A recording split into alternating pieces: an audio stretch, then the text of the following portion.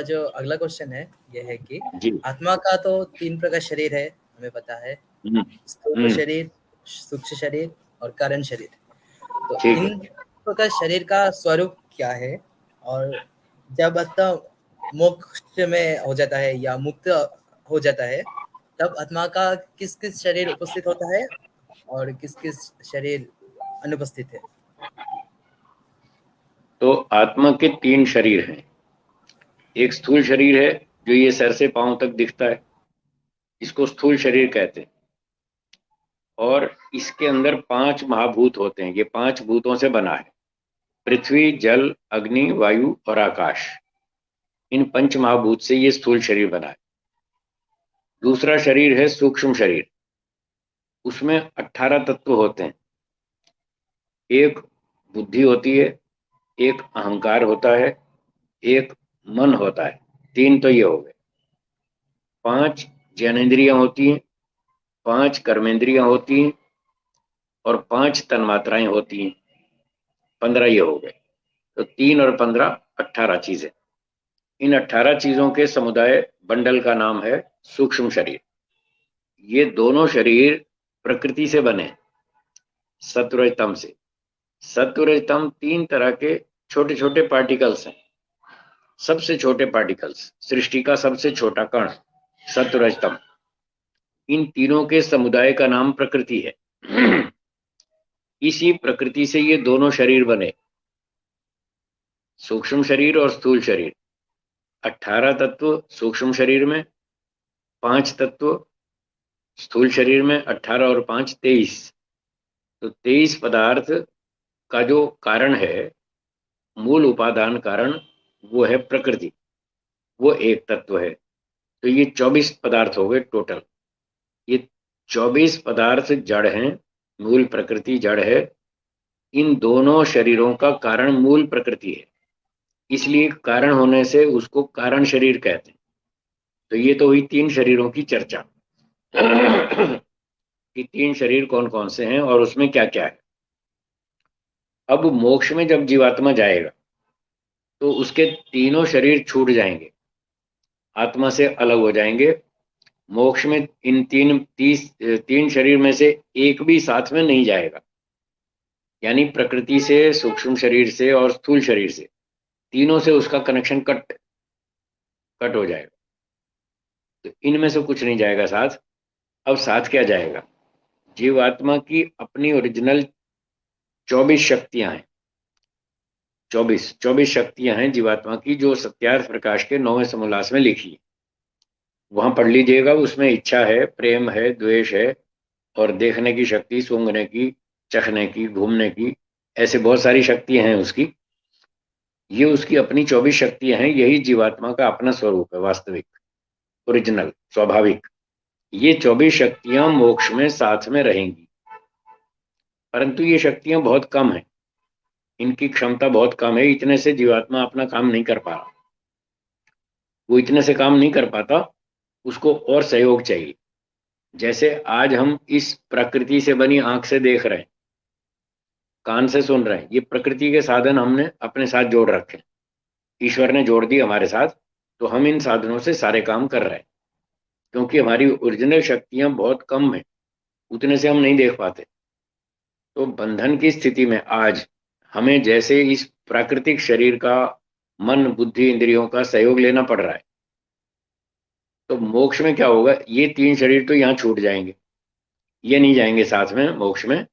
ईश्वर की अपनी शक्तियां हैं, वो ईश्वर हमारे साथ जोड़ देगा।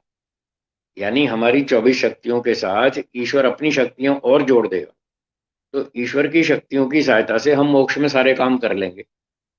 घूम लेंगे, देख लेंगे, सुन लेंगे, बातचीत कर लेंगे, सूंघ लेंगे, चख भी लेंगे, जो भी करना हो, सैर सपाटा करना हो, सब कर लेंगे। तो वहां ये मोक्ष में क्या होता है? एक तो हमारी 24 शक्तियां और एक ईश्वर की शक्तियां। इस तरह से दोनों मिलकर हम मुक्ति का सारा काम पूरा कर लेते हैं। ये जीवात्मा की मोक्ष की स्थिति है। और मोक्ष में वो पूरे ब्रह्मांड की सैर करता है। उसको सब जगह आने जाने की छूट है, कहीं भी कोई रोक टोक नहीं है। एक तो ईश्वर से कनेक्शन जुड़ा रहेगा 24 घंटे। तो ईश्वर में खूब आनंद है, आनंद ही आनंद है। तो कनेक्शन जुड़ा होने के कारण ईश्वर से 24 घंटे आत्मा को आनंद मिलता रहेगा। मोक्ष का मुख्य लाभ तो ये है, ईश्वर का आनंद लेना। दूसरी बात, प्रकृति से कनेक्शन पूरी तरह कट गया, इसलिए दुख बिल्कुल नहीं आएगा। दुख तो आता है प्रकृति के कनेक्शन से। प्रकृति में रजोगुण दुख देने वाला है, तमोगुण वो नशा, आलस्य, मूर्खता उत्पन्न करता है। तो जब हम आत्मा शरीर में होते हैं, प्रकृति से जुड़े होते हैं, तो हमें सत्वगुण सुख देता है, रजोगुण दुख देता है, तमोगुण मूर्ख बनाता है, नशा उत्पन्न करता है, आलस्य या नींद उत्पन्न करता है। तो तब तो हमें ये शरीर के माध्यम से ये सारी चीजें भोगनी पड़ती, सुख दुख और मोह। लेकिन जब मोक्ष में जाएंगे तो ये तीनों चीजें खत्म हो जाएंगी, क्योंकि प्रकृति के तीनों पार्टिकल्स से हमारा पीछा छूट गया। इसलिए कोई भी तरह का दुख हमारे पास मुक्ति में नहीं आएगा, और ईश्वर से कनेक्शन जुड़ा होगा, इसलिए ईश्वर का सुख मिलता रहेगा। ये दो बात हुई मोक्ष में, सारे दुखों से छूटना और ईश्वर का आनंद प्राप्त करना, दो बात। और तीसरी बात, पूरे ब्रह्मांड की सैर करना, घूमना फिरना, देखना सुनना। समुद्र में जाइए, नीचे गहराई में उतरिए, देखिए कैसी कैसी मछलियां हैं। कोई शार्क मछली है, कोई डॉल्फिन है, कोई व्हेल मछली है, कोई कैसी कैसी है, कैसे कैसे और तरह तरह के प्राणी हैं समुद्र में, वो हम सारे मोक्ष में देख सकते हैं।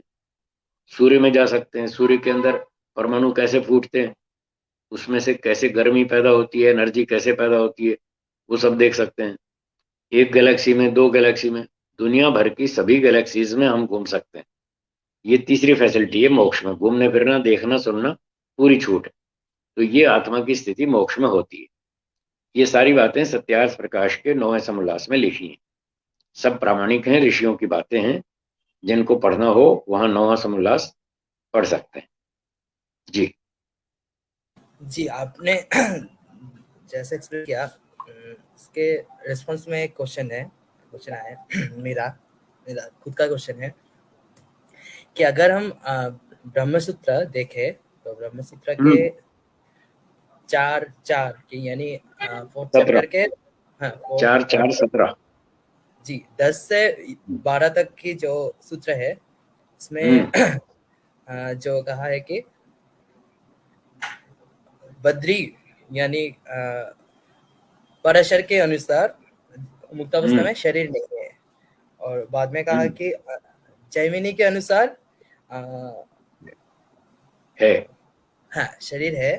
और जो 12 नंबर सूत्र है वहाँ सॉल्यूशन दिया है बादरायण ने कि बहुत शरीर है भी और नहीं है भी। द्वादश यज्ञ जो है उसके जैसा है जीवात्मा का शरीर। तो ये जो बात है इसमें थोड़ा मुझे कंफ्यूजन है कि इसका स्पष्टीकरण करता हूँ, सुनिए। जी जी जी। बादरी मुनि कहते हैं कि मोक्ष में सूक्ष्म शरीर नहीं होता, जैमिनी मुनि कहते हैं कि सूक्ष्म शरीर होता है, और बादरायण व्यास जी कहते हैं कि होता भी है और नहीं भी होता, दोनों बातें। तो ये 3 ऋषियों के 3 विचार वहां पर लिखे। इसकी संगति ये है कि जैसे मैंने अभी बताया था कि प्रकृति का कोई भी तत्व मोक्ष में आत्मा के साथ नहीं होता।